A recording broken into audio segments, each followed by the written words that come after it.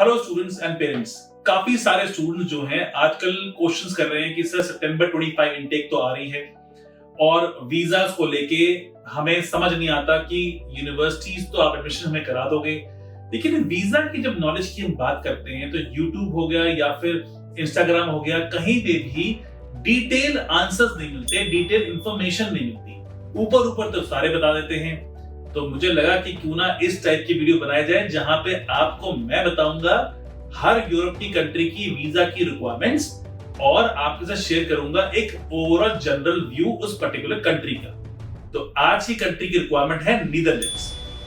Netherlands जिसको हम Holland भी बोलते हैं, उसके वीजा के बारे में बात करेंगे। स्टूडेंट्स, ये जो मैं वीजा की सीरीज बना रहा हूं इसके अंदर मैं आपको बिल्कुल भी कंट्री के बारे में कोई इंफॉर्मेशन नहीं दूंगा। मेरा पूरा फोकस रहेगा वीजा के ऊपर।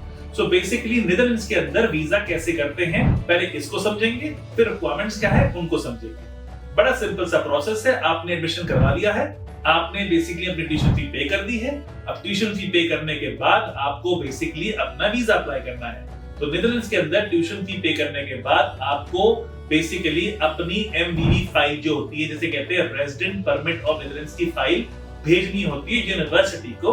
उसमें डॉक्यूमेंट ऐड करने होते हैं जो कि बेसिक डॉक्यूमेंट्स होते हैं, और वो डॉक्यूमेंट लेके जो आपकी यूनिवर्सिटी है वो अपनी IND, जिसे इमिग्रेशन ऑफ नीदरलैंड्स कहा जाता है, IND को, उसमें जाके आपका रेजिडेंट परमिट अप्लाई करते हैं और उन डॉक्यूमेंट्स के बिहाफ के आपको रेजिडेंट परमिट अप्रूव होता है। उस परमिट की कॉपी लेके आप नीदरलैंड्स एम्बेसी न्यू दिल्ली पहुंचते हैं और अपना एक बेसिक सा इंटरव्यू देके अपना वीजा प्राप्त करते हैं।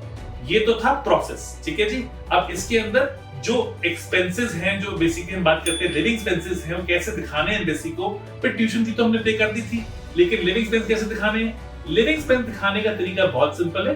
नीदरलैंड्स के अंदर जिस भी यूनिवर्सिटी में आप जा रहे हो उस यूनिवर्सिटी का क्या कॉन्ट्रैक्ट है इमिग्रेशन के साथ, वो मैटर करता है।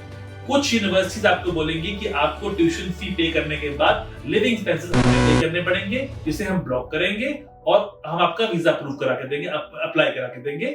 और कुछ यूनिवर्सिटी कहती है कि आप अपने लिविंग एक्सपेंसेस इंडिया में दिखा दो और या फिर अपने पेरेंट्स के अकाउंट में भी दिखा सकते हो, और उसका कोई सोर्स उनको नहीं चाहिए होता। अब क्वेश्चन ये आता है किस बच्चे को ब्लॉक करना है और किस बच्चे को इंडिया में दिखाना है। हमारे पास काफी यूनिवर्सिटीज हैं जो बेसिकली ब्लॉक के लिए बोलती हैं, क्योंकि इंडिया में काफी स्टूडेंट जो है वो हाई रिस्क पे आते हैं, तो मेजॉरिटी ऑफ स्टूडेंट्स को पैसे ब्लॉक करने पड़ते हैं। ये 12,000 आप ब्लॉक करोगे यूनिवर्सिटी के अकाउंट में और आपको यही पैसे अप्रोक्सीमेटली 1/12 जो है हर महीने मिल जाया करेंगे।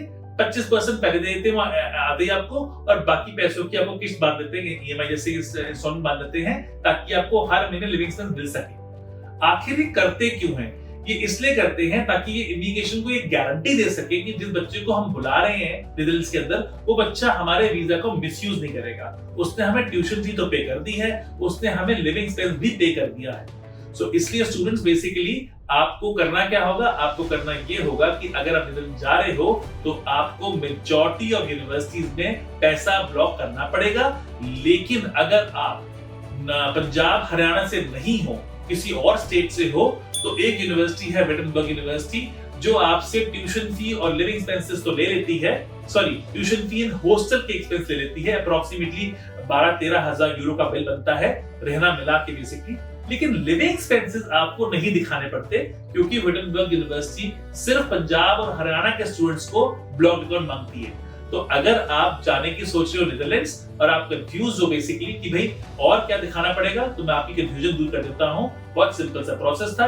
आपने अपनी ट्यूशन फी पे कर दी, आपने उसके अपने लिविंग एक्सपेंस दिखा दिए हैं, आपका रेजिडेंट परमिट की एप्लीकेशन में अप्लाई कर दी है, वो वहां पे अप्रूव हो गई। अप्रूव होने के बाद यहाँ पे आके आपको वीजा मिल जाएगा।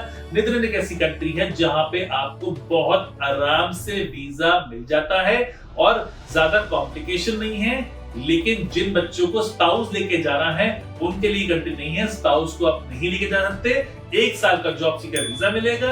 अगर आपने वीजा में पढ़ने जाना है, जैसे ही आपको यहाँ से वीजा मिलता है आप वहां लैंड करते हो। लैंड करने के बाद आप वहां पे अपना रेजिडेंट परमिट कार्ड जो है उसको बेसिकली अप्लाई करते हो और वो आपको पूरी ड्यूरेशन के लिए मिल जाता है जितना आपका कोर्स होगा। जैसे कि 4 साल की बैचलर है तो 4 साल का कार्ड आपको मिल जाएगा और उसके बाद आप अपना जॉब सीकर वीजा भी मांग सकते हो जब आप अपनी बैचलर पूरी कर लोगे ग्रेजुएशन के बाद। सो स्टूडेंट्स, ये था आपका नेदरलैंड्स का एक छोटा सा वीडियो जिसमें आपको मैंने बता दिया कि नेदरलैंड्स के अंदर आपको वीजा कैसे करना है। मिलते हैं अगले वीडियो में अगली बारी।